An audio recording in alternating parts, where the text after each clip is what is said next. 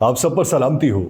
मुश्ताक सबकत का लिखा हुआ है, जब दुनिया के बुतखानों में असनाम की पूजा जारी हो, जब इंसान की अजमत पर एक पत्थर का दम भारी हो, जब मन की जमना मैली हो और रूह में एक बेजारी हो, जब झूठ के इन भगवानों से ईमान पे लर्जा तारी हो, इस हाल में हम दीवानों से तुम कहते हो खामोश रहो। हम अहले हरम हैं, अब हमसे ये कुफ्र गवारा कैसे हो। हम लोग अनल हक बोलेंगे, हम लोग अनल हक बोलेंगे, जब मसनदो मिंबर पर बैठी हर एक नजर ललचाती हो, जब सिर्फ दिखावे की खातिर तस्बीही उठाई जाती हो, जब दीन के ठेकेदारों में एक नफ्से अमारा बाकी हो, बेजौक जहां पर सहबा हो, बेजौक जहां पर साकी हो, इस हाल में हम दीवानों से तुम कहते हो खामोश रहो। जब अहले खिरद की बातों पर कुछ जाहिल शोर मचाते हो, जब बुलबुल हो तस्वीरें चमन और कव्वे गीत सुनाते हो, जब चिड़ियों के इन घोंसलों में कुछ सांप उतारे जाते हो, जब माली अपने गुलशन में खुद हाथ से आग लगाते हो, इस हाल में हम दीवानों से तुम कहते हो खामोश रहो। जब शाह के एक इशारे पर अपनों में नियाजें बढ़ती हूं, जब आंखें गुर्बत मारों की हसरत का नजारा करती हूं, इस हाल में हम दीवानों से तुम कहते हो खामोश रहो। जब मिस्र के इन बाजारों में किनआन को बेचा जाता हो, जब हिर्सो हवस की मंडी में ईमान को बेचा जाता हो, इंसान को बेचा जाता हो, यजदान को बेचा जाता हो, इस हाल में हम दीवानों से तुम कहते हो खामोश रहो। जिस दौर में मशरिक वाले भी मगरिब के तराने गाते हो, उस दौर में हम दीवानों से तुम कहते हो खामोश रहो। नाज़रीन, मैं हूं यासिर रशीद और आप मेरा वीलॉग देख रहे हैं। नाज़रीन, मौजूदा हुकूमत बन गई। मौजूदा हुकूमत के इकदामात आप सभी की नजर में हैं। इनके खिलाफ जितनी पटिशंस हैं वो आप सभी को मालूम है। लेकिन जावेद लतीफ, जो माजी में मियां मोहम्मद नवाज शरीफ साहब के कसीदे पढ़ा करते थे और उन्हीं की तर्जुमानी बयान किया करते थे, आजकल वो सोशल मीडिया और मेन स्ट्रीम मीडिया पर उनके किस्से ज़बान ज़द-ए-आम है। वो एक प्रोग्राम में बबांगे दोहल ये इंकशाफ करते हैं। मैं पिछले दिनों ये कह चुका हूं कि जावेद लतीफ साहब, राना सनाउल्लाह साहब, आबिद रजा कोटला साहब, ख्वाजा साद रफीक साहब और कुछ और शख्सियात हैं जिनके बयानात से पाकिस्तान मुस्लिम लीग नून लाताल्लुकी का ऐलान कर देगी। लेकिन जब मैंने अपने व्लॉग के अंदर यह तस्करा किया तो उसके बाद उनकी मुलाकात मियां नवाज शरीफ साहब से हुई थी। उसके बाद का इंटरव्यू है कि जिसके अंदर वो एतराफ ये करते हैं कि हमें सीटें दिलवाई गई और उसके इवज पैसा दिया गया है। और शेखुपुरा के अंदर वो ये बात करते हैं कि सिर्फ 5 नशिस्तों को सिर्फ वो शेखुपुरा की बात कर रहे हैं कि 5 नशिस्तों के ऊपर कमो बेश भी 90 करोड़ रुपया दिया गया है। 90 करोड़ सिर्फ 5 नशिस्तों के ऊपर। और वो ये कहते हैं कि अगर मैं किसी को पसंद नहीं हूं, अगर मेरे नाम के ऊपर क्रॉस है, अगर मुझे माइनस किया जाना था तो मुझे उससे कोई गिला नहीं था। लेकिन आप लोग बहुत सारी ऐसी शख्सियात को मुसल्लत करते हैं कि जो मुल्क का बेड़ा गर्क करते हैं। और फिर वो ये भी बात करते हैं कि ये जो नशिस्तें दिलवाई गई हैं वो शेखुपुरा के हद तक एतराफ कर रहे हैं। तो फिर मुल्क की सतह के ऊपर ये एतराफ किस हद तक पाकिस्तान मुस्लिम लीग नून के अगेंस्ट जाएगा। अब उनका बयान, फिर राना सनाउल्लाह साहब के बेशतर बयानात, उसके ऊपर हमारे वफाकी वज़ीर इत्तलात अता तारड़ साहब वो ये बात करते हैं कि राना सनाउल्लाह साहब और जावेद लतीफ साहब अगर वो कोई बात करना चाहते हैं तो पार्टी प्लेटफॉर्म के ऊपर करें, यूं सरेआम वो इंकशाफात ना करें या सरेआम वो बातें ना करें, तहफ़्फ़ुज़ात का इजहार ना करें। लेकिन इसके साथ साथ वो ये भी कहते हैं कि जावेद लतीफ साहब की बातों को मैं ज़्यादा अहमियत नहीं देता। तो अता तारड़ साहब की बातों को फिर जावेद लतीफ साहब या उनकी पार्टी के दीगर अफराद के साथ अहमियत देते हैं, ये एक बुनियादी सवाल है। दूसरी तरफ वजारत दाखिला ने सोशल मीडिया प्लेटफॉर्म जो है एक्स, उसकी बंदिश के खिलाफ दरखास्त पे इस्लामाबाद हाई कोर्ट में एक जमा करवाई और वजारत दाखिला ने अपनी रिपोर्ट में दरखास्त को खारिज करने की इस्तदा करते हुए कहा कि दरखास्त गुजार का कोई बुनियादी हक सलब नहीं हुआ। एक्स की बंदिश के खिलाफ दरखास्त जो है वो कानून व हकाइक के मुनाफी है और नाकाबिल समात है।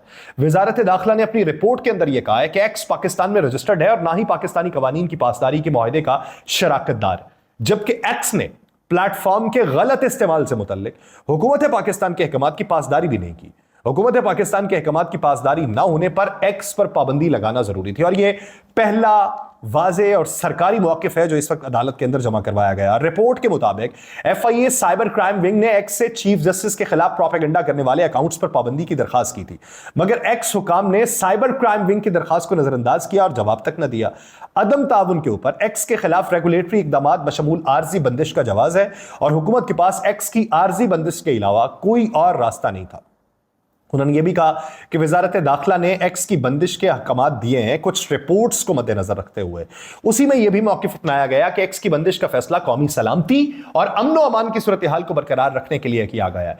शिद्दत पसंदाना नजरियात और झूठी मालूमात की तरसील के लिए सोशल मीडिया प्लेटफॉर्म्स का इस्तेमाल किया जा रहा है।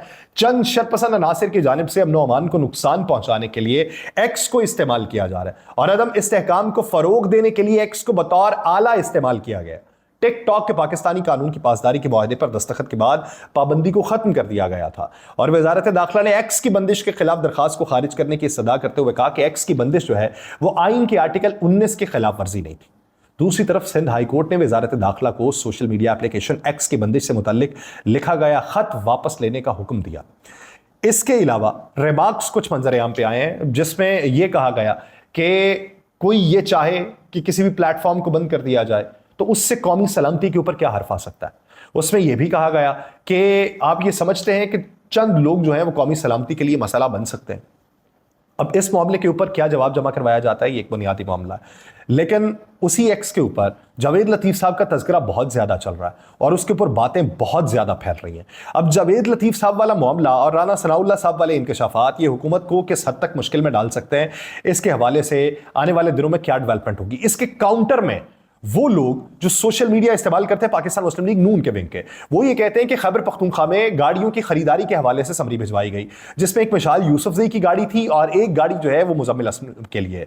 तो मुजम्मिल असलम साहब इस बारे में कहते हैं नई भर्तियां, बैरून मुल्क सफर, नई गाड़ियों की खरीदारी पर पाबंदी है। बहुत सारे महकमे जो है वो मुतालिबात भेजते हैं जिसे वजारत खजाना और उसके अलावा काबीना और आखिर में वज़ीर आला उसको रिजेक्ट कर देते हैं। इस वक्त हमने अपने गैर तनख्वाह के अखराजात में कमी पर भी काम किया है और हम इमरान खान की तरबियत के मुताबिक गैर जरूरी अखराजात पर बिल्कुल नजर रखे हुए हैं। ये मुजम्मिल असलम साहब का जो बयान सामने आया ये एक ऐसे वक्त में आया है कि जब सोशल मीडिया के ऊपर एक नोटिफिकेशन गर्दिश कर रहा था, एक दरख्वास्त जो की गई थी महकमे की जानिब से, उसमें यह कहा गया था वजारत खजाना को कि आप ये दो गाड़ियां खरीदें। एक फॉर्च्यूनर गाड़ी थी और एक गाड़ी जो थी वो किया स्पोर्टेज थी। दो गाड़ियों की खरीदारी के लिए बातें हुई जिसमें एक मुजम्मिल असलम साहब से तशवीह दी जा रही थी कि ये उनके लिए है और दूसरी मिशाल यूसुफजई के लिए। मुजम्मिल असलम साहब के लिए किया स्पोर्टेज और मिशाल यूसुफजई के लिए फॉर्च्यूनर गाड़ी थी जो 1,71,00,000 एक बनती है और दूसरी 73 लाख की थी। इस ज़िमन के अंदर उनका यह बयान सामने आया और वजारत आला के तर्जुमान जो बताते हैं वो कहते हैं कि पहले भी इस तरह की एक समरी आई, हमने रद्द कर दी, अब भी कोई आएगी तो हम रद्द कर देंगे। अगर उधर कमरा अदालत की बात करूं जो जेल के अंदर है उसकी ऊंचाई 9 फीट कर दी गई है। कवरेज के लिए नए SOPs का हुक्मनामा लगा दिया गया है। SOPs के मुताबिक मीडिया जो है वो बानी PTI और वकला से कमरा अदालत में सवाल नहीं कर सकेगा। SOPs के मुताबिक सवाल करने वाले मीडिया नुमाइंदगान को कमरा अदालत से भी बाहर निकाल दिया जाएगा और सवाल करने वाले मीडिया नुमाइंदगान पर दोबारा जेल के अंदर दाखिले पर भी पाबंदी होगी। मीडिया वॉक्स में कैमरे को भी नस्ब कर दिया गया। ये हाल उस वक्त का है कि जब जेल के अंदर सहाफ़ियों ने गैर रस्मी बातचीत की थी बानी PTI से और बानी PTI ने बहुत सारी उसमें बातें की। एक बात तो उन्होंने ये की कि उनकी जो अहलियां हैं वो 6 साल से बीमार नहीं हुई लेकिन वो पिछले कुछ अरसे से मुसलसल बीमार है तो उनका मुकम्मल मेडिकल चेकअप करवाया जाए। जबकि उनके वकील जो है नईम हैदर पंजोथा वो एक इंकशाफ करते हैं कि सब जेल जो बनी गाला है वहां पर खुफिया कैमरे लगाए गए हैं और वो ऐसी जगहों पर भी लगाए गए हैं जहां पे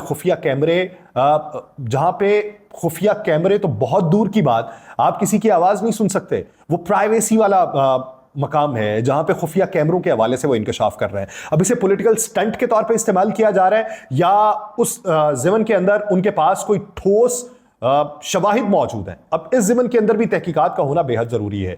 इमरान खान की वो गुफ्तगू और उसके बाद नईम हैदर पंजोथा का ये मामला, उसके बाद ये फैसला किया गया है जेल हुकाम की तरफ से और अदालती हुकाम की तरफ से। जो जेल के अंदर अदालती अमला मौजूद होता है उनकी तरफ से ये कहा गया कि वो जो शीशे की दीवारें हैं उनको बुलंद कर दिया जाएगा ताकि बातचीत ना हो और इस अमल में वो जो अदालती कार्रवाई है उसके ऊपर असरअंदाज ना हुआ जाए। अब ये एक सिनेरियो उनकी तरफ से अपनाया गया है। अब इसी ज़िमन में उधर खान साहब से ये भी बात की गई ये गाड़ियों के हवाले से, क्योंकि इसका तज़किरा वो गाड़ियों के मामले में इसलिए मैं कर रहा हूँ कि उधर ये बातचीत हुई है कि एक तरफ कफ़ायत शारी की मुहिम है, दूसरी तरफ ये गाड़ियों वाला मामला है कि जिसपे 1.25-2 करोड़ की गाड़ी एक शख्सियत के लिए डिमांड की जा रही है, तो उन्होंने कहा कि डिमांडिंग बहुत ज़्यादा होती हैं, लेकिन उसके ऊपर अमल दरामद करना या उससे इनकार करना वो वजारत आला का काम है। और वज़ीर आला इस ज़मन के अंदर मेरे ख्याल में कोई अहकाम जारी नहीं करेंगे। तो वजारत आला के तर्जुमान जो हैं वो इस बारे में तस्दीक ये कर चुके हैं कि ऐसी कोई भी समरी आएगी तो उसको रिजेक्ट कर दिया जाएगा। अब हुकूमत मुश्किल में कहां पड़ेगी? हुकूमत की मुश्किलात ये है कि काउंटर नैरेटिव के लिए उन्होंने जो मैदान में फेंका वो भी रद्द हो गया। अब जो उन्होंने कल की जो बात है कि जिसमें मरीम नवाज साहिबा नवाज शरीफ साहब के साथ बाकायदा तौर पे जाके तनूर के ऊपर, यानी वो निकले हैं अपने घर से और अड्डा प्लॉट जो रायवंड के करीब तरह अड्डा प्लॉट में एक तंदूर वाले के पास रुक के तनूर वाले से पूछते हैं कि रोटी कितने की है, तो वो कहता है 16 रुपए की। अब जाहिर बात है जो कुर्बो जवार में होंगे तो वो 16 तो कहेंगे। उन्होंने कहा 16 रुपए की रोटी लगा के दिखाएं। रोटी लगाई गई, उसे देखा गया, रोटी तो अच्छी है, ये 16 रुपए की होनी चाहिए। अब कोई मांगे आपसे इससे ज्यादा पैसे तो आपने नहीं देने हैं। ये आम शहरियों से भी उन्होंने मुकालमा किया। अब यहां पे सवाल ये है कि इन्होंने आटे की फराहमी भी जो है वो 2800 से 2300 पे कर दीजिए कि सरकारी रेट 2300 रुपया होगा। इन्होंने गंदुम की जो कीमत है जो पिछले साल तकरीबन 41-4200 रुपया बनती थी या 4000 रुपया बनती थी, उसे 3500 मुकर्रर कर दिया। अब आप ये देखिए कि पूरा साल महंगाई है, लेकिन महंगाई को कम करने के लिए हथकंडे क्या आजमाए जा रहे हैं। एक होता है कि यकीनी तौर पे महंगाई को कम करना, एक होता है मसनूई तौर पे महंगाई को कम करना। जब आप असेंबली में बैठे हुए फ्यूडल से ये पूछेंगे कि कितनी कीमत लगानी चाहिए और आप उनकी ईमा के ऊपर कीमत का तयन कर देंगे और पब्लिकली स्टंट के तौर पे आप ये कहेंगे कि देखें जी हमने गंदम की कीमत भी कम कर दी, आटे की कीमत भी कम कर दी, तो उसका इफेक्ट जो है वो रोटी की कीमत पे कम देखने को मिलेगा। अब पूरा साल एक किसान ने अपनी गंदम को बोने के लिए और उसे उगाने के लिए मेहनत की है। आप 18,000 रुपए की यूरिया खाद की बोरी उसे फराहम करते हैं, वो 18,000 रुपए यूरिया खाद की बोरी लेके आता है। वो पिछले साल के हिसाब से पैसा इन्वेस्ट कर रहा था कि पिछले साल अगर 4,000 रुपए की कीमत है तो इस साल महंगाई के अंदर इजाफा हुआ, बोरियों की कीमत के अंदर इजाफा हुआ, जो खाद उसने डाली, जो स्प्रे उसने की, जो पानी ट्यूबवेल चला के, जो उसने पेट्रोल कीमत में ज्यादा पैसे अदा किए, क्योंकि पिछले एक साल के अंदर पेट्रोल की कीमत में इजाफा हुआ। अब मैं ये नहीं कह रहा कि महंगाई में कभी नहीं वाकई होनी चाहिए, लेकिन ये भी तो देखें ना कि मैं फर्ज कर लूं कि मैं एक आम किसान हूं, मैंने पूरा साल मेहनत की है और मुझे ये भी पता है कि अगले जो है वो भी कुव्वते खरीद नहीं रखते, लेकिन मेरी भी तो पूरा साल की मेहनत है ना। मैं भी एक आम तबके से ताल्लुक रखता हूं कि पूरे साल की मेहनत में मैंने महंगी तरीन यूरिया खाद डाली है, मैंने महंगी तरीन उस पर स्प्रे की है, मैंने ट्यूबवेल को चला के पेट्रोल की कीमत में या डीजल की कीमत में ज्यादा पैसा अदा करके ट्यूबवेल को चला के अपना पानी लगाया है, दिन रात की मेहनत उसके ऊपर लगाई है, और मेरा जो खर्चा बनता है उसके मुताबिक हुकूमत कहे कि इसके ऊपर बेच दो, तो मेरी पूरे साल की मेहनत कहां पे जाएगी। इसलिए किसान जो है उन्होंने बाकायदा तौर पे पूरे सूबे के अंदर तहरीक चलाने का ऐलान कर दिया है कि किसान इत्तेहाद ये बातें करता है कि इस कीमत के ऊपर हम कैसे फराहम कर दें, हम किस तरीके से बेचते हैं। बातें ये आ रही हैं कि वो जो है वो उसकी होर्डिंग कर लेंगे, वो कहेंगे हम बेचते ही नहीं है। तो फिर उस पर क्या होगा? जब नहीं बेची जाएगी तो हुकूमत को मजबूरन वो उठाना पड़ेगी। जब मजबूरन हुकूमत को उठाना पड़ेगी तो ऐसे इकदाम से केओस में मजीद इजाफा नहीं होगा। दूसरी तरफ पोल्ट्री एसोसिएशन वो भी हड़ताल पर निकल गई। अब मुर्गी की कीमत 700 से 750 चली जाए, और फिर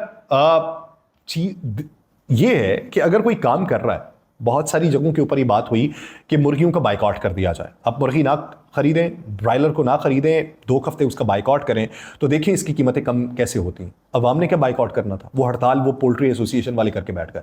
अब जाएं, मैं तो आज 3 जगहों से पता कर चुका हूं, मुझे तो ब्रायलर नहीं मिला।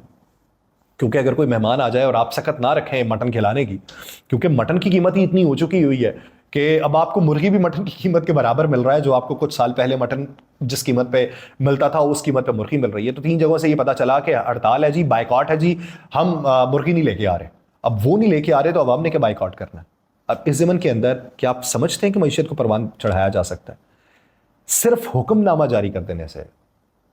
यानी एक बादशाह था, बादशाह के पास लोग आ गए और लोगों ने कहा कि ये रोटी जो थी ये 10 रुपए की बेचता था, अब इसने ये 20 रुपए की कर दी है, तो इस रोटी की कीमत जो इसने 15 रुपए की कर दी है, तो ये रोटी की कीमत में कमी वाक़ई करें। तो अगले दिन बादशाह जो है वो बुलाता है तनूर वाले को, वो कहता है कि रोटी की कीमत तुमने क्या की? उसने कहा जी मैंने रोटी की कीमत जो है वो 10 से 15 रुपए कर दी। उसने कहा जी क्यों की? कहता नहीं मेरे लिए मुश्किल है, देखें जी मैं किसान से आटा लेता हूँ, किसान ये कहता है कि पूरी नहीं पड़ती, तो मैंने जो इसकी कीमत है ना वो 15 रुपए कर दी है क्योंकि मेरी पूरी उसमें पड़ रही है। अब अवाम की पूरी नहीं पड़ रही तो वो मेरे खिलाफ शिकायत लेके आपके पास आ गए। बादशाह सलामत कहते हैं कि तुमने 15 रुपए इसकी कीमत की है, तुम इसकी कीमत 25 रुपए कर दो कल से। वो कल से 25 रुपए कर देता है। वो 25 रुपए करता है, लोग फिर आ जाते हैं, कहते हैं बादशाह सलामत, हम आपके आगे अर्ज करके गए थे, आपने कीमत इसकी कम क्यों ना करवाई। बादशाह जाहो जलाल में हुक्मनामा जारी करता है, वो तनूर वाले को बुला लेता है, भाई बता नान भाई कि तूने ये कीमत कैसे बढ़ा दी। उसने कहा जी मेरी पूरी नहीं पड़ रही थी, मैंने इसलिए बढ़ाई। उसने कहा जी कितनी कीमत बढ़ाई तूने। उसने कहा जी मैंने 10 रुपए बढ़ाई, क्योंकि 5 के बाद अगली तो कीमत 10 रुपए बढ़ाई। उसने कहा ये नहीं हो सकता, अब अवाम को रिलीफ देना है तो 10 रुपए तुम कीमत नहीं बढ़ा सकते, तुम 8 रुपए कम करो इसकी कीमत। वो कहता है जो हुक्म सरकार, मेरी पूरी पड़े ना यहाँ पड़े, आपके हुक्म को मैं बजा लाता हूं। वो 8 रुपए कीमत कम करता है, वो 15 रुपए जो उसने कीमत थी उससे भी 2 रुपए ऊपर वो मुनाफा वो ले लेता है। अवाम खुश हो जाते हैं कि देखें जी बादशाह सलामत के कहने पे 8 रुपए कीमत उसने कम कर दी। यही सूरत हाल अगर आप करना चाहेंगे तो नहीं होगा, कुछ अरसे के लिए तो हो सकता है, लॉन्ग टर्म इफेक्ट उसका नहीं देखने को मिलेगा। अब उस पर क्या रिएक्शन आता है उसके लिए वक्त का इंतजार। मुझे दीजिए इजाजत, अल्लाह ने